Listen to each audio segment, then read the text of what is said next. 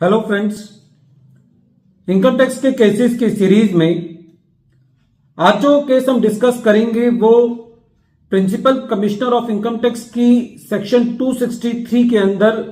जो रिवीजन करने की पावर होती है उसको लेकर के डिस्कस करेंगे। Section 263 income tax act statute के अंदर इसलिए लाया गया क्योंकि जब असेसिंग ऑफिसर कोई असेसमेंट ऑर्डर पास करता है तो रेवेन्यू के पास यह अधिकार नहीं होता कि रेवेन्यू उस ऑर्डर के अगेंस्ट अपील कर पाए। इसीलिए सेक्शन 263 इंट्रोड्यूस किया गया, जिसमें दो कंडीशन मुख्य तौर पर यह है कि यदि असेसिंग ऑफिसर के द्वारा जो ऑर्डर पास किया गया है वो इरोनियस है और prejudicial to the interest to the revenue है, तो कमिश्नर के पास यह पावर है कि वो उस ऑर्डर को रिवाइज करने का दिशा निर्देश दे सकता है। लेकिन कई बार यह देखा गया है कि सेक्शन 263 की पावर्स के चलते हुए कमिश्नर ऑफ इनकम टैक्स इस तरीके से कुछ ऑर्डर को रिवाइज करने की कोशिश करते हैं जहां पर ऐसा लगता है कि वो जो असेसिंग ऑफिसर ने जो व्यू लिया है उससे सहमत नहीं है और इसलिए वो अपने व्यू को उससे रिप्लेस करना चाहते हैं। इसलिए 263 की पावर्स को रिवाइज करते हैं जो कि लॉ के अंदर अलाउ नहीं है।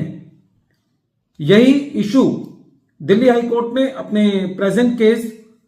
Principal commissioner of income tax versus BT global communications India private limited के केस में डिसाइड किया और ये केस 466 ITR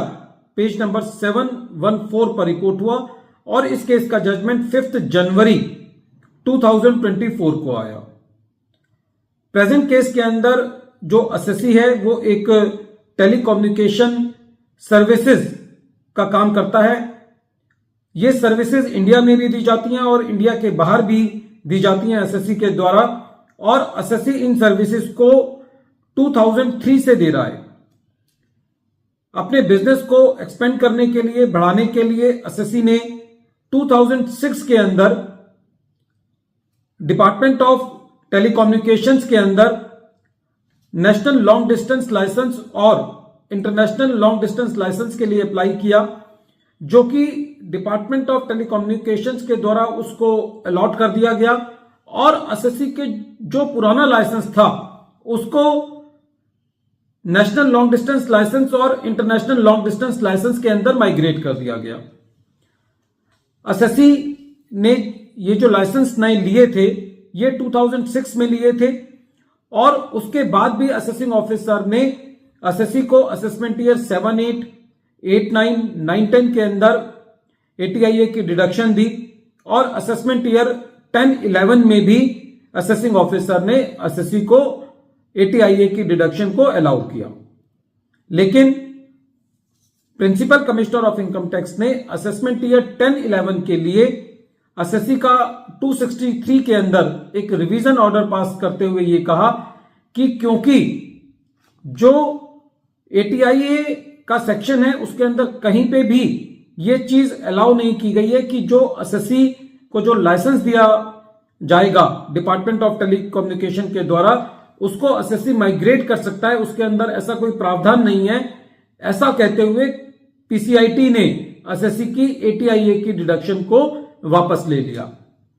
जब यह मैटर ट्रिब्यूनल के पास गया तो ट्रिब्यूनल ने असेसी की अपील को अलाउ किया। Revenue as usual without seeing the merit of the case high court move किया और जब यह मैटर हाई कोर्ट के अंदर गया तो हाई कोर्ट का यह कहना था कि प्रेजेंट केस के अंदर क्योंकि जो एक्सपेंशन हुआ है वो 2006 के अंदर हुआ है, जो असेसी को जो लाइसेंस माइग्रेट हुआ है वो 2006 में हुआ है और क्योंकि असेसी को असेसमेंट ईयर 7, 8, 8, 9 और 9, 10 के अंदर ATIA की डिडक्शन अलाउ की गई थी, तो कोई भी ऐसी परिस्थिति नहीं बनती कि असेसी को असेसमेंट ईयर 10, 11 के अंदर उस डिडक्शन से डिप्राइव किया जाए। साथ ही साथ दिल्ली हाईकोर्ट का यह भी कहना था कि रेवेन्यू प्रेजेंट केस के अंदर कोई भी चीज ऐसी रिकॉर्ड पर नहीं ला पाया है कि जो असेसी का प्रेजेंट लाइसेंस है उसको नए लाइसेंस में माइग्रेट करने से कोई नई अंडरटेकिंग एस्टेब्लिश हुई हो। और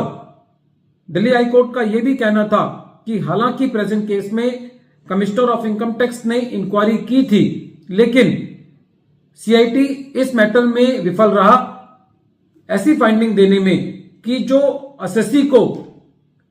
जो डिडक्शन दी गई है वो डिडक्शन जो है वो सस्टेन नहीं करती। तो इस तरीके से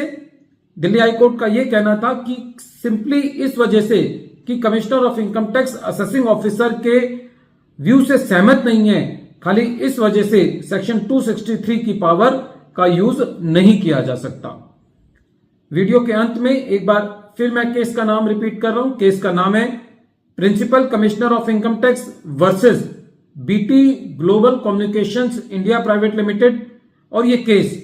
466 ITR पेज नंबर 714 पर रिपोर्ट हुआ और मैटर